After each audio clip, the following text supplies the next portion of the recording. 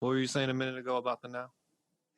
I was just saying now sounds like a really good topic. Okay.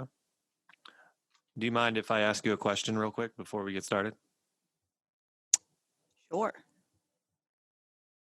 Hey, what's going down? You are on the recovery pod. I had to do it. I know you did. How could you not? So tell me about this now thing you're talking about. It is the only thing that exists. And Well, we tend to think that past and future exist and we tend to live in it, but there is no such thing. And we completely unappreciate the now, which is literally the only thing we've got. yeah, and I like the now was such a foreign concept to me. And it's like, it gets a little confusing when I'm like, okay, now I'm struggling with the past. Like, I have a past memory that is happening right now and requires action of me in the future, but I'm thinking about it right now. You know what I mean? So it gets to be like this like multi-layer mind fuck where I'm like, what is the now? What you just described is literally like most of the stuff that I get stuck in my head, and it like makes my day so uncomfortable because yeah, it's exactly that. I'll think of something that happened in the past, and then I'll think of ways I can improve it or make that discomfort go away in the future. And it like, I don't know, I don't ever stay in the now when I'm thinking that way. I'm always in the past or the future. And yeah, the mind fuck thing, it is real because that's seriously like almost on a daily basis I'll catch myself going in places like that, and it throws me off completely. The people at work can even see it in me. They're like, "Are you okay?" Because I get this look on my face where I'm just like, I'm totally not. I'm there, but I'm like totally somewhere else. Yeah, like everywhere but here. Yeah.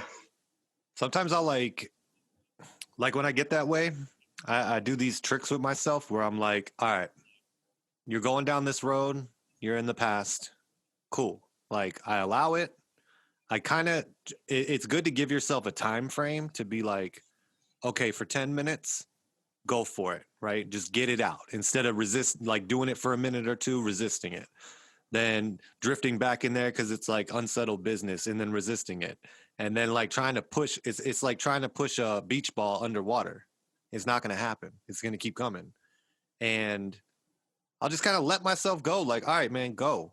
But just being aware of what's happening rather than just going on autopilot and zoning out into it and not thinking about what's really happening is kind of worse. And that's what I used to do a lot because I would just drift, not even realize I'm drifting and just try to resist it and stay stuck. But now just be like, all right, man, go. Like you're reliving an old memory, you're picking at a scab. Go, do it. And then when it's like the future stuff, it's like, all right, man, you're daydreaming right now. Like, go ahead, have fun. Like, get creative. You know what I mean? Like, be a dragon. Like, I just kind of let myself go too. And then also with like a time limit or at least enough to know, like, hey, man, this is what's going on right now. And it just makes it different because when I forget to do those things, man, I get like super lost and I'm just like cycling through emotions and thoughts. And really, the now is just like here, like, okay, I'm sitting in a room. Nothing is here. The past is the past. These hypothetical future things are not real. They're just daydreams and imagination, you know? And really, I'm just sitting in a room, And I don't know. It's just all those things at once where I just try to remind myself, like, this is what's going on. Like, try to check into the moment as much as you can. Like, feel the furniture, the air temperature, blah, blah, blah, whatever. And yeah, I mean, it helps. It doesn't make it go away. Like, it's not going to be some, oh, I'm ever present, never in past or future again. I just got to realize when I'm time traveling that that's what I'm doing, if that makes any sense, you know? Yeah, totally. I actually just read some the other day, like, well, actually it was today, how it's not that we necessarily have to stop like thinking about it, thinking about the past or the future, completely just silence our minds. It's just that we have to learn how to not identify with it. It's the identification, the getting caught up in it part that is hurtful to us because we believe everything that's happening in our minds. Like, we can sit there and think about the past and how it was and stuff, but like, do we believe that that's how it was? I feel like that's the big issue, at least with me anyways, like, or the future, just believing that, this is actually going to go horribly and I'm terrified. That creates fear, that creates all these unnecessary emotions that I don't need to feel right here and now. Like, I when I used to, like, just a little bit ago, I would try to go for a walk or something and the sun is shining and it's beautiful out and I don't have to do anything today, like I'm carefree. But my thoughts about what I'm going to do next or what's going to happen the next day, they're just ruining it for me. They're just killing it for me, and it's such an unnecessary thing. It is so pointless. It doesn't matter, like, me thinking about it, me believing in these things doesn't change what's going to happen next. If, in a sense, like, if I do believe it's going to go horribly, like, most of the time it does, but if I don't give it that power, the power of believing, it's normally good. So yeah. Yeah, I feel like my thing, I struggle with being in the now socially. Like, I can be in the now by myself. I can feel the discomfort of being alone by myself. I'm cool. But when I'm in a group setting and I feel not present, like not spiked on my sass high, not like quick witted, not really engaged in the conversation, and I creep up in my head, I am literally like, I find it really hard to be present. Like, I could sit there like a mute, you know what I mean? And I can observe the feelings but I don't like it and I want to get out of it. So I don't know. Like, I know a lot of times you guys will come with some things like that's what I struggle with. You know what I mean? And I don't know. It's like I feel like I know tips and tricks on kind of how to adjust a little bit, but it's like so hard for me to like shake that and re-engage. Like, once I creep in my head, I'm done. And like, I don't know how to do that. I like what Anna said. It's like just thinking about the past and the future. It's okay, but then when you attach like truth to it or you start to kind of identify with it, that's where, like, once she said that, it all, like, it literally made total, like, so much more sense to me, because that's what I do. Like, I'll think of the past, and even in like bad situations that have happened in the past, they've happened and it's over, and like, um I don't know, I guess life has gone on. But then the second I look at it and I kind of identify my role in it, and I'll beat myself up for the things I did in that situation, then that's where it get like makes it worse, because then in my head I'm telling myself like I'm a piece of shit, or I fucked up. And then that's where it's like this just downward spiral of me pretty much beating myself up. And um yeah, and it happens with the future too. It's like I'll think of all these goals I set that I haven't achieved yet, like just small things. And then the fact that I haven't achieved it, I'll convince myself like, oh, you haven't made it that far yet, like you suck, or you're a loser. And like then it goes into this huge thing where like the past and the future will feed into the same thing, where it's like I'm a failure or not good enough. And that's where I feel like my issue with kind of thinking with that whole thing goes, is like I almost like put myself into a depression over that. Yeah, because it's like both of you guys just said, it clicked together. Once you get into your mind, you completely just take off into it and you can't stop. And until you're fully 100% in it. So it's like literally the mind, aka, ego or identification with the mind, as soon as you get a little taste that something is off, like you get one single thought that's like literally a virus or a bacteria, I don't know whichever one, but the thing that multiplies until it literally kills you from the inside.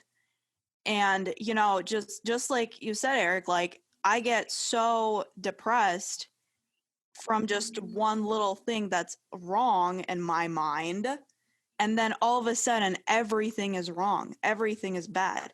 And I get the same way in social situations too. If I'm not comfortable with these people, like there's been some places that I've been lately that's just like I will literally just, as soon as I'm there, it's like all of a sudden everything in my life sucks and just out of nowhere. And that's the thing that makes me want to use. When I get into those states, and I can easily jump into them because I'm an addict. And I think that's what it means to be an addict, that I can't, handle. It's hard for me to handle myself when I go there. And the fact that I even go there, and it's all from just like one little thing. And so, yeah. Yeah, no, totally. It's like anytime I feel like a trigger or something like that, like I'll totally be fine. I'll be present. I'll be excited to be around the person I'm around. And then I get like a trigger that either triggers an old feeling or triggers a shitty thought that makes me feel like, okay, this person is taking advantage of me, trying to manipulate me. This person's pissing me off. Whatever that thought is, especially if I give it any type of merit. Like once I give that thought some type of like merit, I am going down a road. You know what I mean? And then I'm trying to like support. I just start thinking of all the times that can be supported. Like I'm like, okay, this person who maybe has done 5 wrong things to me in 5 instances over the last year. These are small instances that don't stand out on their own. But when I get triggered and I have this thought, oh, this person is trying to take advantage of me. Yeah. Now those 5 points are highlighted and I put them all together and I view this person as someone who's taking advantage of me, completely disregarding every other good quality about them. I could have 1,000 good days with them. You just sparked all my triggers. And now I have a thought that's being supported by past memories. I'm coming to a conclusion of who you are. You know what I mean? And that's exactly how my triggers work. Like when shit's all good, I can see both sides. You know what I mean? When shit's great, I see the great sides. But when things get kind of messy, I only see the bad sides because they're just so magnified. And yeah, once I creep into that thought and start thinking of more thoughts, I get lost as hell. And yeah, like you said it, like once you start thinking and getting in the mind, you're in the ego, you're in the, this is my identity and this is this person's identity. And that's where a lot of the judgments happen. You know what I mean? Like then you're not present. You're stuck in a judgment. And yeah, it's wild. It's kind of like when you'll try to, based off of something that's happened in the past, like in a similar situation, you'll try to prevent the same outcome from happening. Yeah. but it's like you're so hyper focused on preventing the similar situation to happen again that it's almost like you literally miss out on all the other opportunities for something good to come out of it, and like basically turn it around in a way. Oh, um, hell yeah. it's like it distracts you from being able to like move forward in life. And I don't know that, or at least that happens with me. Like, I'll overthink something because I don't want it to happen the same way it has before. And then the whole time I'm focused on this one thing, I'll literally just skip over like all these good things that I could have kind of approached in that similar situation where it wouldn't have turned out the same way it always had in the past. Yeah. And sometimes you can create your own destiny. Like, yeah, I don't think you can make someone who really won't cheat. You know what I mean? But like people who have this mindset of like, oh, they're going to leave me, right? And then they start navigating through the relationship constantly, like with this attitude that the partner's going to leave. So then they're more sulky, then they may like deflect on them and be like, well, you're just going to leave me anyway. So like, let's just get it done. And I mean, I've totally like been on both sides of this where the things get manifested because someone just keeps it's not even like they're just speaking it into existence. They're moving in the way as if that's going to happen. You know what I mean? If I believe we're going to break up, we're going to break up because every like opportunity where there's a fork in the road, I'm driving down that road because I think that's going to happen anyway.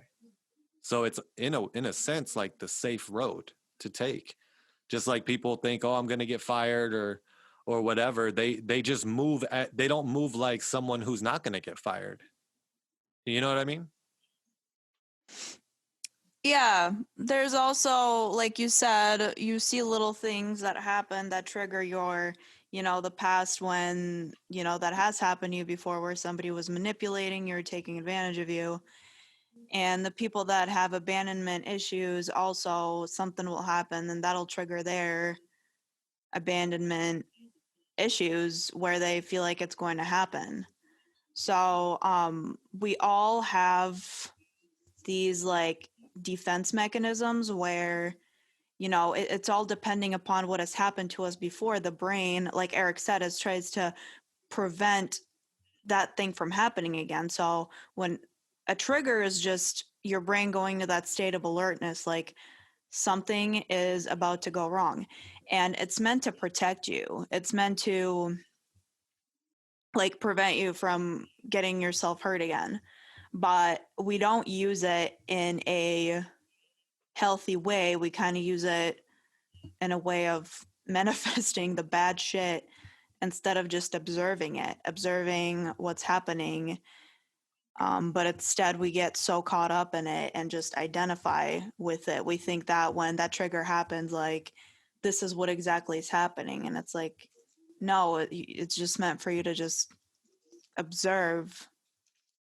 I don't know. I can't really explain it, but um, another defense mechanism that I've actually learned about that I struggled with, it's dissociation, where you can't stay in the present moment, not because that you're just kind of thinking about the past or the future, but because you feel like the present moment is not safe to be in. So whenever, people that have gone through kind of traumatic childhoods and they've been in places or been put into situations where they felt that they were unsafe, they would just take off in their minds. And the mind was actually a place of protection for those people and kids because they had nowhere else to go. Their physical form cannot move from the spot, so they just dissociate. So these negative quote unquote things that happen to us, they're actually meant to be good for us, but we just don't use them in the right way. And but it's our responsibility to heal from them, and it is possible for everybody. And the way to do it is just simply learning to observe yourself and observe your triggers and just try to always be present, I feel like. So you're trying to say not only was I a drug addict, but that I was using and abusing my thinking? Yes, that is Hey. where the addiction comes from. No, for real, just like you said, like everything has a purpose. Like dwelling on the past has a purpose. Thinking about the future has a purpose. You know what I mean? I'm not sitting in here thinking about things that happened years ago that have no significance or no meaning to me. I'm sitting here thinking about issues I've had.